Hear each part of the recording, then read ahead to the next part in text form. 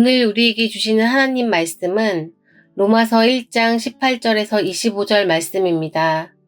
하나님의 진노가 불의로 진리를 막는 사람들의 모든 경건하지 않음과 불의에 대하여 하늘로부터 나타나니 이는 하나님을 알만한 것이 그들 속에 보임이라. 하나님께서 이를 그들에게 보이셨느니라. 창세로부터 그의 보이지 아니하는 것들, 곧 그의 영원하신 능력과 신성이 그가 만드신 만물에 분명히 보여 알려졌나니 그러므로 그들이 핑계하지 못할지니라. 하나님을 알되 하나님을 영화롭게도 아니하며 감사하지도 아니하고 오히려 그 생각이 허망하여지며 미련한 마음이 어두워졌나니 스스로 지혜 있다 하나 어리석게 되어 썩어지지 아니하는 하나님의 영광을 썩어질 사람과 새와 짐승과 기어다니는 동물 모양의 우상으로 바꾸었느니라. 그러므로 하나님께서 그들을 마음의 정욕대로 더러움에 내버려 두사 그들의 몸을 서로 욕되게 하게 하셨으니 이는 그들이 하나님의 진리를 거짓 것으로 바꾸어 피조물을 조물주보다 더 경배하고 섬김이라. 주는 곧 영원히 찬송할 이시로다. 아멘.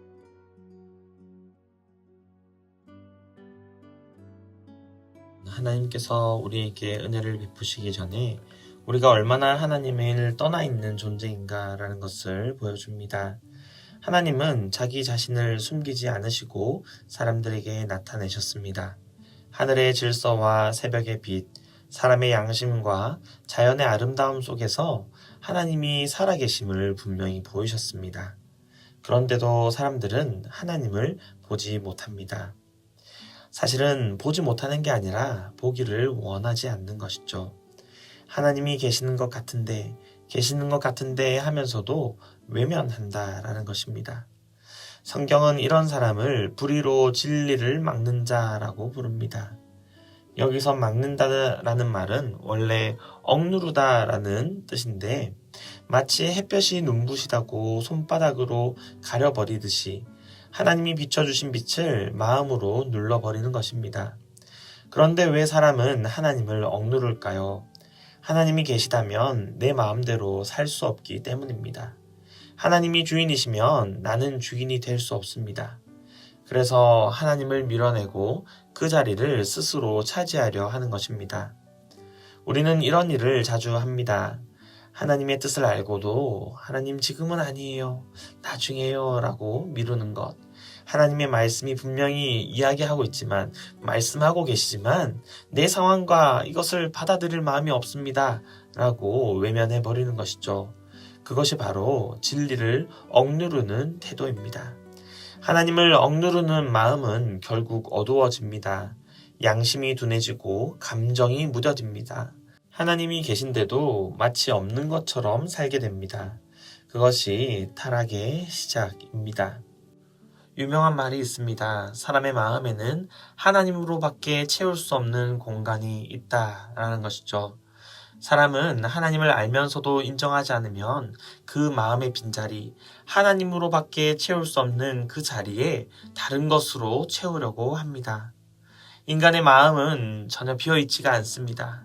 하나님이 없는 자리에는 다른 신들이 들어옵니다.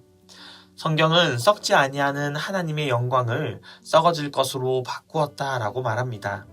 바꾸었다, 교환했다는 말은 자리 바꿈을 했다라는 뜻입니다. 하나님이 앉으셔야 할 자리에 우리가 돈이나 성공이나 관계나 자녀나 우리의 자신을 앉혀놓습니다. 그것이 우리에게 필요한 것이고 우리에게 좋은 것이라고 생각할 수 있지만 그것이 최고의 것이 될 때는 우상이 됩니다. 우상은 돌로 만든 신상만이 아닙니다. 하나님보다 더 사랑하고 그것 없이는 살 수 없다라고 느끼는 모든 것이 우상입니다. 어떤 사람은 돈이 우상이고 어떤 사람은 다른 사람들의 인정이 우상입니다.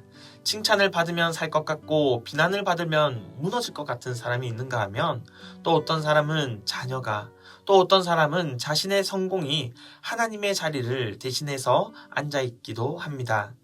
우상은 우리를 지켜주는 것이 아니라 결국 우리를 묶어버립니다. 그것이 없으면 불안하고 그것을 잃을까 두렵습니다. 우상은 자유를 약속하지만 실제로는 속박의 줄을 겁니다. 무엇에 대해서 속박을 합니까? 바로 죄에 대해서 속박을 하는 것이죠. 우리를 죄에서부터 자유롭게 하고 사망의 권세에서 벗어나게 하며 하나님의 자녀된 권세로서 이 삶을 살아가는데 우상들은 우리의 마음을 죄에다가 묶어놓는 역할을 하는 것이죠. 하나님보다 더 사랑하는 것을 내려놓는 일은 쉽지 않지만 그것이 하나님과 우리의 관계의 회복이 시작이 되는 것입니다. 하나님은 우리가 만든 우상이 무너질 때 비로소 우리 마음을 회복하시며 하나님께서 앉으셔야 하는 그 하나님의 자리에 좌정하셔서 우리의 삶을 다스리시고 우리와 교제하시는 하나님이십니다. 하지만 불의로 진리를 막는 사람들은 여전히 계속해서 죄의 권세 아래서 묶여 있습니다. 이런 사람들에게 이제 하나님은 이렇게 말씀하십니다. 하나님께서 그들의 마음의 정욕대로 더러움에 내버려 두사. 내버려 두사라는 말은 하나님이 손을 떼셨다라는 뜻이 아닙니다. 이 단어는 원래 넘겨주다, 맡기다, 허락하다라는 뜻입니다. 즉 하나님은 내 뜻대로 해보아라 라고 하시며 사람의 고집을 심판의 방식으로 허락하신다라는 뜻입니다. 하나님은 우리를 억지로 막으시는 분이 아니십니다. 우리가 계속 하나님이 없이 살겠다라고 고집할 때 그 고집의 결과를 직접 경험하게 하십니다. 그 순간이 바로 심판입니다. 하나님은 우리를 막지 않으시면 우리는 스스로를 파괴합니다. 욕망이 욕망을 낳고 정욕이 관계를 무너뜨리며 거짓이 마음을 병들게 만듭니다. 하나님 없는 자유는 결국 자기 파괴의 자유로 나아가게 됩니다. 그런데 놀랍게도 하나님은 그런 자리에서도 여전히 우리를 부르십니다. 돌아오라. 내가 너를 버리지 않았다. 하나님의 진노 속에는 여전히 은혜의 목소리가 남아 있습니다. 어쩌면 지금 하나님이 나를 막지 않으시는 듯 느껴질 수도 있습니다. 기도가 막히고 감동이 사라지고 마치 하나님이 멀리 계신 듯 느껴질 때가 있습니다. 그럴 때일수록 우리는 스스로 조심해야 합니다. 그것이 바로 내버려 두심의 신호일 수 있기 때문입니다. 하나님이 나를 그냥 두실 때 그건 나를 포기하셨기 때문이 아니라 내가 그 길의 끝을 보게 하시려는 사랑의 허용이라는 것을 기억해야 합니다. 그리고 그것을 깨달아질 때에 하나님께서 부르시는 그 자리로 돌이키는 자를 하나님은 언제나 다시 품으시는 우리의 아버지가 되십니다. 하나님을 떠난 자유는 결국 파멸의 자유입니다. 그러나 하나님께 붙들린 자유는 진정한 자유로 우리를 이끌어 줍니다.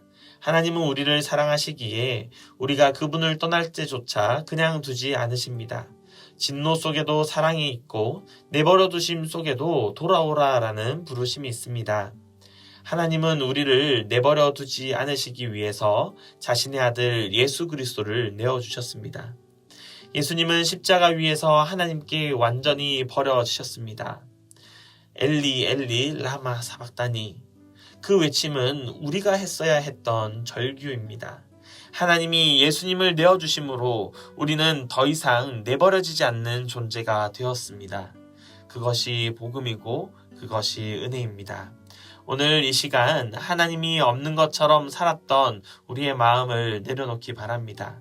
하나님이 없는 곳엔 참된 평화가 없습니다. 하나님께 다시 돌아가서 하나님께서 부르시는 그 은혜의 자리에서 진정한 자유를 맛보아 알며 죄로부터 사망으로부터 죽음으로부터 자유케 하신 그 승리의 복음으로 살아가는 저와 여러분의 하루가 되시기를 간절히 바랍니다.